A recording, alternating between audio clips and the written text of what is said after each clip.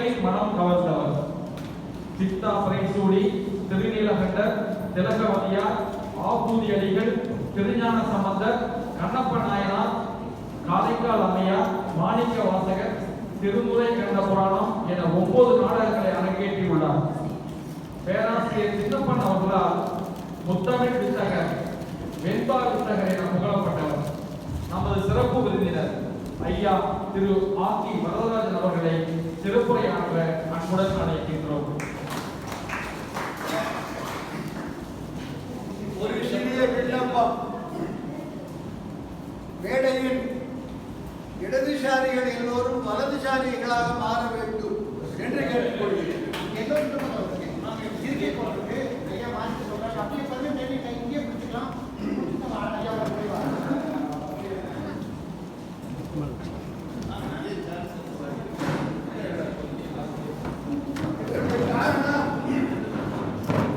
திரையில் காண்பிக்கப்படும் பாடல்களை நீங்கள் உள்வாங்கிக் கொள்ள வேண்டும் என்பதுதான்.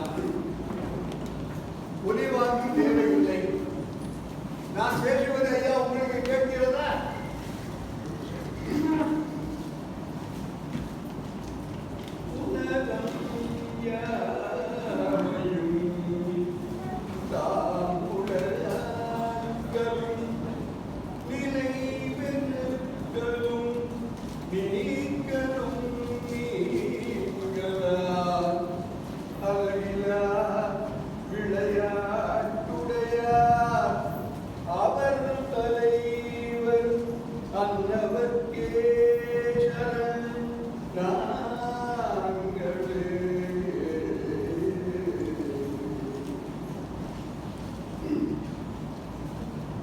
அனைவருக்கும் என்னுடைய அன்பு பணிவு நன்றி கலந்த வணக்கம். நான் கடந்த 40 ஆண்டுகளாக சிங்கப்பூரில் வசித்து வருகிறேன். தமிழ்நாட்டில் திருநெல்வேலியில் பிறந்து காரைக்குடியில் 5 வருடம் பொறியியல் கற்று பிஹெச்டியில் திருச்சியில் 16 ஆண்டுகள் வேலை பார்த்து 1982 சிங்கப்பூர் போனார். தமிழ் SSLC-யோடு முடிந்து விட்டது. 1 வருஷம் ப்ரீ யூனிவர்சிட்டியில் கொஞ்சம் தூக்கி நின்றது. அதன் பிறகு முழுக்க ஆங்கிலம், தொழில்முறை, பணி ஓய்வு பெற்றவர்களுக்கு ஓரளவு கம்பெனி ஆர்வம் என்ற அந்த ஒரு தகுதியை சொல்ல மாட்டேன், அந்த ஒரு நிலையினால், தமிழின் மீது உள்ள பற்றினால் இன்று உங்கள் முன்னால் வந்து நிற்கின்றேன். எனக்கு இந்த வாய்ப்பை அளித்த கோவை நிலவர் சந்திரசேகரன் ஐயா அவர்களுக்கும் முருகேசன் ஐயா அவர்களுக்கும் என்னுடைய நன்றி கோடான. கம்பராமாயணம் நாம் அனைவரும் அறிந்ததே, எல்லாருக்கும் தெரியும். ராமாயண கதை தெரியாதவங்க யாராவது இருக்காங்களா? ஆனால் ராமாயணத்தை ராமாயண கதை என்று மட்டும் பார்க்காமல், நான் ராமாயணம் என்று சொல்லும் பொழுதெல்லாம் அது கம்பராமாயணம் மட்டுமே. வால்மீகி பக்கம் போவதே இல்லை, மற்ற ராமாயணங்கள் பக்கமும் போவதில்லை. அந்த காப்பியத்தை படிக்கும் பொழுது அதில் இருக்கக்கூடிய சில நுணுக்கங்கள், இன்னும் சில நுணுக்கங்கள், இன்னும் சில நுணுக்கங்கள் என்று நுணுக்கி ஆராய்ந்து பார்த்தால் அற்புதமான பல பொக்கிஷங்கள் கிடைக்கும். அவ்வாறு நான் கண்டெடுத்த ஒரு பொக்கிஷத்தை உங்களுடன் பகிர்ந்து கொள்ள வந்திருக்கிறேன். அவ்வளவுதான். நான் பெரிய கொம்பன் அல்லன், மகா பண்டிதன் அல்லன். நான் உங்களில் ஒருவன். அதுதான் முக்கியம். என்னையும் உங்களையும் அந்நியப்படுத்தி விடாதீர்கள். ஒரு சிறிய கேள்வி. கம்பராமாயணத்தை ராமன் கூட காட்டுக்கு போனவங்க யாரு? ராமனுடன் வனம் போனவர்கள் யார்? 2 பேர். இலக்குவன், சீதை. சீதை ஏன் வனம் போனாள்? அதுக்கு முன்னால ஒரு விஷயம் சொல்லிடுறேன், இது ரொம்ப முக்கியம். சீதை வனம் போனா தானேயா அவனை ராவணன் தூக்கிட்டு போக முடியும்? அப்போ தானே சண்டை வரும், அப்போ தானே அவதார நோக்கம் நிறைவேறும். நான் இதுக்குள்ளே போறதில்லை. என்னை பொறுத்த அளவில் கம்பன் படைத்த ராமன் ஒரு மானுடன். மானுடை சட்டை போட்டு கொண்டு வந்திருக்கிறான். கம்பனின் ராமன் மானுடனா மாலவனா அப்படின்னு ஒரு புத்தகம் எழுதியிருக்கேன். இலங்கை கம்பன் கழகத்தில் வெளியீடு செய்தார்கள். ராமன் ஒரு மானுடன். அதனால் தான் அவனால் ராவணனை வெல்ல முடிந்தது. ஏனென்றால் மானுடன் தவிர எல்லோரோடும் நான் கொல்லப்படக்கூடாது என்று வரம் வாங்கி வைத்தவன் அவன். எனவே மானுடனாகவே இருக்கிறான். அதனால் மான் வந்திருக்கிறது பொய்மான்னு ராமனுக்கு தெரியாதா? அவர் மகாவிஷ்ணு வாஞ்சே எல்லாம் தெரிந்தவர். அப்படிலாம் போனீங்கன்னா போயிடும். கம்பனை ரசிக்க முடியாது. இந்த பார்வை ரொம்ப முக்கியம் உங்களுக்கு. அதனால் சீதை ஏன் காட்டிற்கு போனார் என்றால் தகுந்த காரணங்கள் இருக்கின்றன. அவற்றை நீங்கள் அறிந்து கொள்ள வேண்டும் என்றால் என்னை இன்னொரு வாட்டி கூப்பிடணும். சீதை கூட போனவன் லட்சுமணன். நான் அவனை லட்சுமணன் என்று சொல்லுபவன் அல்லன். நான் அவனை இலக்குவன் என்று தான் சொல்லப் போகிறேன். கம்பன் அவ்வாறு தான் காட்டுகிறான். இலக்குவன் ஏன் வனம் போனான்? இலக்குவன் ஏன் வனம் போனான்? யாராவது எப்பவாவது எண்ணி பார்த்திருக்கிறீர்களா? இல்லையா கேள்வி கேட்கிறீங்க. ராமன் போனா கூடவே அவனும் போக வேண்டியதானே என்று நீங்கள் நினைத்துக் கொண்டிருக்கிறீர்களானால் கம்பராமாயணத்தின்படி அது பிழை. இலக்குவன் ஏன் வனம் போனான்? எண்ணி பாருங்கள். வனம் போக வேண்டும் என்ற ஆணை ராமனுக்கு மட்டுமே இடப்பட்டது. அந்த ஆணையில் தன்னை தவிர வேறு எவரும் தொடர்பு கொள்ளக்கூடாது என்பதில் ராமன் மிக மிக மிக மிக எத்தனை மிகவனா போட்டுங்க தீவிரமாக இருந்தான். அதை நடைப்படுத்தி காட்டியிருக்கிறான் அந்த தீவிரத்தை. அவற்றையெல்லாம் பார்க்க போகிறோம். இலக்குவன் ஏன் வனம் போனான்? கொஞ்சம் நினைச்சு பாருங்க. காரணம் இருக்கணும் இல்லையா? காரணம் இல்லாம போறோம் இல்ல? என்ன காரணம்? 3 காரணங்கள் நான் கற்பித்துக் கொள்கிறேன் உங்களுக்காக. ஒன்று, அரசாணை இடப்பட்டது. ஏனென்றால் ராமனுக்கு இடப்பட்டது அரசாணை. 7 ஆண்டில் வா என்று ஏறினன் அரசன் என்றாள். அரசன் முக்கியமான வார்த்தை. ஏவினன் அதை விட முக்கியமான வார்த்தை. 7 ஆண்டில் வா என்று ஏவினன் அரசன் என்றாள். கையை சொல்கிறான். ஆக அது அரசாணை. இலக்குவனுக்கு அப்படிப்பட்ட அரசாணை பிறப்பிக்கப்பட்டதா? கேள்வி ஒன்று. பிறப்பிக்கப்பட்டிருந்தால் அவன் மனம் போயிருப்பான். 2வது, அரசாணை எதுவும் இல்லையா? ராமன் தம்பி வாடா, 1 வருஷம் 2 வருஷம் இல்லையா, 14 வருஷம் நம்மளால காக்க பிடிக்க முடியாது. துணைக்கு ஒரு ஆள் வேணும். நீ வாடா கூட, என்னை இடைபிரியாத தம்பி இல்லையா வா என்று ராமன் அழைத்திரு. நான் பார்த்துட்டு இருக்கேம்மா, எழுத மாட்டேன். ராமன் அழைத்திருந்தால் எனக்கு ஒரு கோயில் இருக்க போகுது. ராமன் அழைத்தானா? ராமன் இலக்குவனை தன்னுடன் வனம் வரும்படி அழைத்தானா? கம்பனில் எந்த விதமான குறிப்பும் இல்லை, அரசாணை இல்லை. ஆனால் போனான். அண்ணன் அழைக்கவில்லை, ஆனால் போனான். நமக்குள்ள என்னையா அண்ணா, நீ கூப்பிட்டுத்தான் நான் வரணுமா என்ன? நீ போன போன நிழல் போல வரமாட்டேன்னா நானும் வர்றேன் என்று இலக்குவன் முன்னெடுப்பு செய்து அண்ணனுடன் போனான். தன்முனைப்பாக. அண்ணன் கூப்பிடல, அரசாணை இல்லை, சோ வாட், நான் வரேன் உங்களோட என்று இலக்குவன் தன்முனைப்பாக அண்ணனுடன் சென்றானாம்.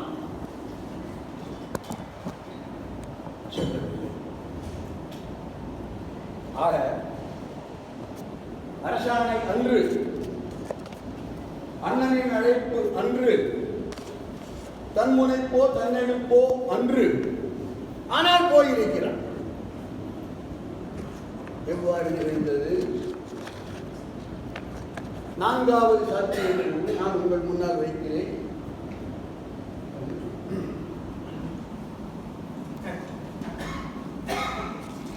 யாரோ அவனை தூண்டி விட்டிருக்கிறார்கள்.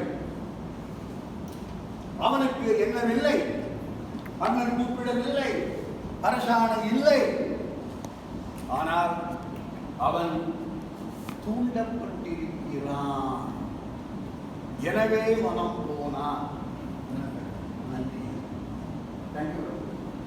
நன்றி மருத்துவரே. கவிஞர்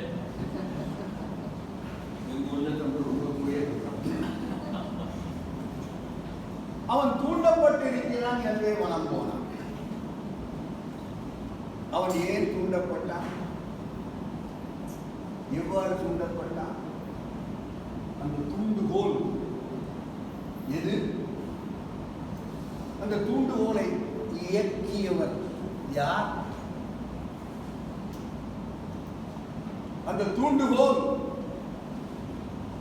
மரவுரி. அந்த தூண்டுகோல் மரவுரி. மரவுரி செய்த மாயம். அதனால் இலக்குவன் வனம் போனான். அந்த மரவுரியை தூண்டிவிட்டவள் யாரா இருக்க முடியும்? கைகேயி. இதுவரை நான் சொன்னது எல்லாம் ஒரு முன்னுரை. இதுக்கப்புறம் நான் வீட்டுக்குள்ளேயே போக போறேன். 1 மணி நேரத்தை முடிச்சுடுவேன்னு நம்புறேன். இல்லைன்னா ப்ளீஸ் கை காமிக்கலாம். டைம் அவுட் சொல்லலாம். தாராளமாக கேட்டுட்டே இருக்கலாம் போல இருக்கு. யார் டைம் அவுட் சொல்ல போறா? ஆக இப்பொழுது ஒவ்வொன்றாக பார்க்கலாம்.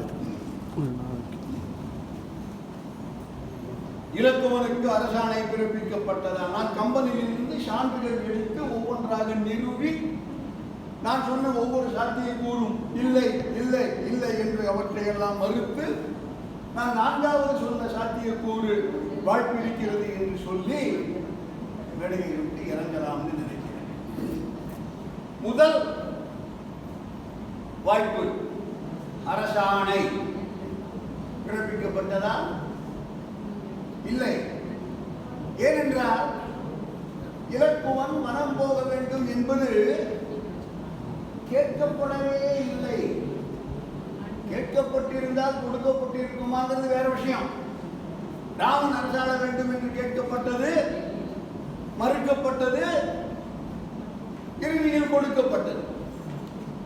இலக்குவன் மனம் போக வேண்டும் என்பது கேட்கப்படவே இல்லை. ஐயா, முதல்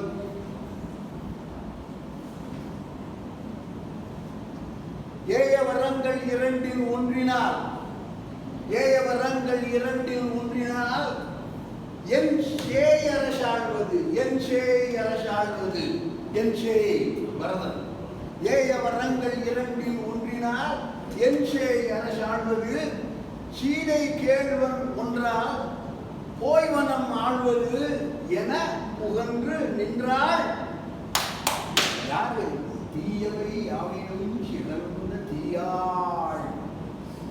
கைகேயியை கம்பன் சுட்டும் ஒரு ஒப்பில்லாத அடைமொழி. பல கம்பன் வேலைகளிலும் நீங்கள் கேட்டிருக்கலாம். தீயவை யாவினும், இது தீயது, இது கிடையாது, இது அதை விட தீயது கிடையாது, இது கிடையாது, இது கிடையாது, தீயவை யாவினும். கெட்டது ரொம்ப கெட்டது. அப்படிமா தீயவை யாவினும் சிறந்த தீயாள் என்ன சொல்கிறாள்? ஏய வரங்கள் 2 ஒன்றினால், நான் கேட்ட 2 வரங்கள் ஒன்றால் என் சேய். நல்லவேளை அவளுக்கு ஒரு குழந்தைதான், சுமித்திர மாதிரி 2 இல்லை. என் சேய் ஆப்வியஸ்லி வரணும். என் சேய் அரசாழ்வது ராமன் கூட சொல்லல. சீதை கேள்வன் ஒன்றால் போய் வனம் ஆழ்வது என புகன்று நின்றாள். தீயவை யாவினும் சிறந்த தீயாள். ஆக இலக்குவன் வனம் போவது என்பது கேட்கப்படவில்லை. வனம் போவது என்ற வேண்டுகோள் வைக்கப்பட்டது சீதை கேள்வன் மட்டுமே. இலக்குவன் ஊர்மிளை கேள்வன், அவனை பற்றி பேச்சே எழுப்பப்படவில்லை. இந்த வேண்டுகோள் வைக்கப்படும் தருணத்தில் இந்த வேண்டுகோள் கொடுக்கப்படுகிறதா? இந்த வைக்கப்பட்ட வேண்டுகோள் சம்மதம் பெறுகிறதா, ஒப்பு பெறுகிறதா? அடுத்த பாடம் தயரதன் சொல்லுகிறான், வீந்தாளே வீந்தாளே இவ்வையவள் என்ன மிடல் வேந்தன் ஈண்டே ஈண்டே இவ்வரம் என் செய்வனம் ஆள என் செய்வனம் ஆள மாய்ந்தே நான் போய் வானுலகு ஆழ்வன் வசை வெள்ளம் நீந்தாய் நீந்தாய் நின் மகளோடும் நெடிது என்றார். இத்தனை காலம் ஆனாலும் இந்த பழி உனக்கு போகாது. நெடிது வசை வெள்ளம், இதனால் வரக்கூடிய பழி உனக்கு வெள்ளம், வசை வெள்ளம். நீந்தாய் நீந்தாய் நின் மகனோடும், நீ மட்டும் இல்ல உன் பையனுக்கும் இந்த பழி வரும் என்று தயரதன் ஒப்புக்கொள்கிறான். என் சேய் வனம் ஆள. என் சேய் என்பது பரதனை குறிக்கலாம், இலக்குவனை குறிக்கலாம், சத்ருகனை குறிக்கலாம். அவையெல்லாம் குறிக்கப்படப்படாதவை என்பதற்கு சீதை கேள்வன் என்று சொன்னதால் என் சேய் என்பது இங்கே ராமனை மட்டுமே குறிக்கும். ஆக வனம் போவது என்ற வேண்டுகோள் வைக்கப்படுவது ராமனை குறித்து மட்டுமே, அதற்கான ஒப்புதல் தரப்படுவது ராமனை குறித்து மட்டுமே. எந்த இடத்திலும் இலக்குவனை பற்றி பேச்சு இல்லை. அடுத்த பாடம் இது சொல்லப்படுகிறது. ராமனுக்கு மிகவும் புகழ்பெற்ற பாடம். ஆழிசூழ் உலகமெல்லாம் பரதனையாள நீ நீ போய் தாழிலும் சடைகள் தாங்கி தாங்களும் தவம் மேற்கொண்டு பூரிலின் காணம் நன்னி புண்ணிய துறைகள் ஆடி 7 ஆண்டில் வா என்று ஏவினன், ஏவினன் அல்ல, ஏவினன் அரசன். ஆங்கில பிரயோகம். இது ஜீவோ, இது ஜீவோ அரசாணை, அரசாணை பிறப்பிக்கப்படுகிறது. நீ போய், ஒவ்வொரு வார்த்தையும் சொல்லுக சொல்லை அச்சொல்லை பிரிதொரு சொல் வெல்லும் சொல் இன்மை அறிந்து என்பதற்கு கம்பன் உதாரணம். நீ போய், நீங்கள் 3 பேர் போனாங்களா இல்லையா, சொல்லல. நீ போய் ஆழிக்கும் உலகமெல்லாம் பரதனையாள நீ போய் தாழிலும் சடைகள் தாங்கி தாங்களும் தவம் மேற்கொண்டு கூழிவை காணம் பண்ணி புண்ணிய துறைகள் 7 ஆண்டி அப்பா என்று ஏதினன் அரசன் என்றார் கைகை. ஆக என்னுடைய முதல் சாத்திய கூறான அரசாணை இலக்குவன் மனம் ஏகுவதற்காக பிறப்பிக்கப்படவில்லை என்பது நிரூபணமாகி இருக்கிறது. ஒப்புக்கொள்கிறீர்களா? தான் மேல போவேன். ஒப்புக்கொள்கிறீங்க. QED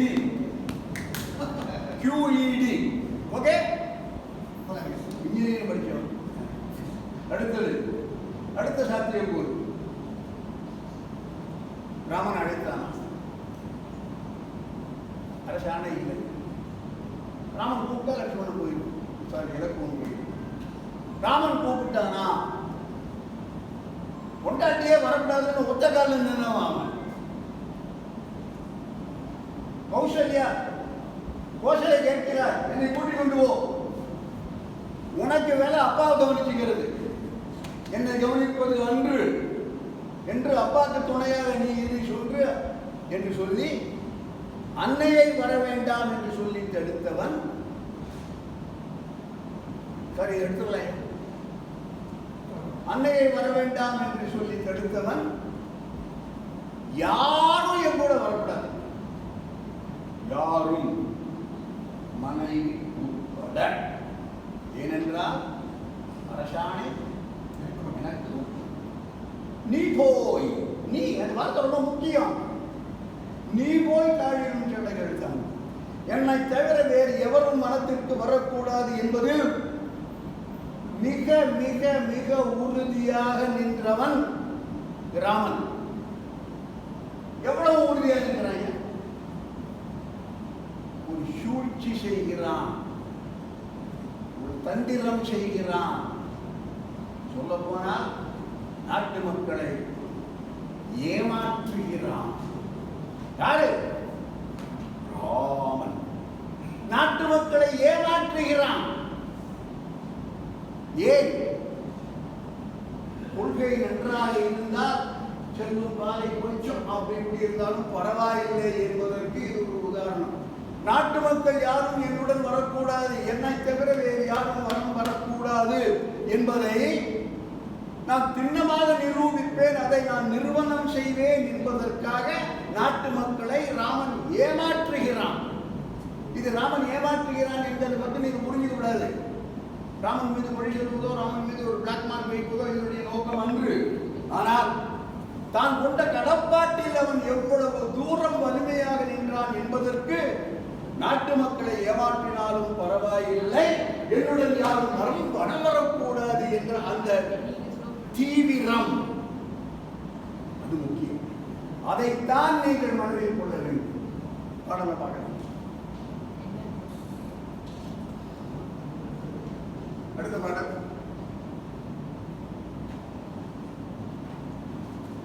ஏனையரும் இன்னனும் உறங்கினர் உறங்க, மாணவனும் மந்திரி சுமந்திரனை வாவென்று ஊனமில் பெருங்குணம் ஒருங்குடைய உன்னால் மேல் நிகழ்வது ஒன்று உண்டு அவ்வுரை கேள் என விளம்பும். பாடல் புரியல என்ன சொல்றேன்? ஏனையரும் நாட்டு மக்கள் எல்லோரும், அயோத்தியில ஒரு பயம் இல்லை. கம்பன் சொல்லுவான், அங்க இருந்த படங்கள், வரையப்பட்ட படங்கள், முன்னோர்கள் முன்னோர்கள் முன்னோர்கள் ராமனுக்கு முன்னோர் அவருடைய படங்கள் எல்லாம் வரையப்பட்டிருந்தன. அந்த படங்கள் எல்லாம் மனத்துக்கு வரவில்லை, ஏனென்றால் அவர்களுக்கு உயிர் இல்லை. எனவே அந்த படங்கள் வரவில்லை என்று கம்பன் சொல்லுவான். அப்படி ஏழைகளும் தன்னுடன் வந்த அயோத்தி மக்கள் அத்தனை பேரும் ராமன் உறங்குவது போல இன்னனும் உறங்கினர். எல்லாரும் தூங்கிட்டு இருக்காங்க. ராத்திரி 1:45 மணி. ராமன் எழுந்திருக்கிறான். உறங்கா மாணவன் ராமன் மந்திரி சுமந்திரனை வா என்று அவனை நோக்கி விழி. ஊனமில் பெருங்குணத்தோய் உடைய உன்னால் மேல் நிகழ்வது ஒன்று உண்டு என விளங்கும். ஐயா சுமந்திரனே, உன்னால் எனக்கு ஒரு காரியம் என்று வணங்கி பணிந்து. சுமந்திரன் ராமனுக்கு மந்திரி, சொல்லப்போனால் தேரோட்டி. இவ்வளவு பணிந்து கேட்க வேண்டும் என்ற தேவையில்லை. ஆனால் ராமன் பணிந்து செய்கிறான். அது மட்டும் இல்ல, ஐயா நீ ஒரு காரியம் ஆகணும், அவனை வச்சு இவனுக்கு ஒரு காரியம் ஆகணும். பணிந்து கேட்கின்றேன். என்ன கேட்கின்றான்? அடுத்த பாடம். இது ஒரு வகுப்பு மாதிரி தான் இருக்கும். ஏன்னா இது கல்லூரி. ஐயா தமிழ் பேராசிரியர், நான் ஆசிரியர் அல்ல. ஆனால் நீங்கள் எல்லோரும் மாணவர்களும் அல்ல. நீங்களும் நானும் தம்மனுக்கு மாணவர்கள். அடுத்த பாடம். பூண்ட பேர் அம்பினாரை போக்குவது அரிது, போக்காது ஈண்டு நின்று ஏகல் பொல்லாது, எந்தை நீ இரதம் முன்னே துண்டினை மீள நோக்கி சுவட்டை ஓர்ந்து என்னை அங்கே மீண்டவன் என்ன மீழ்வர், இது நின்னை வேண்டிற்று என்றான்.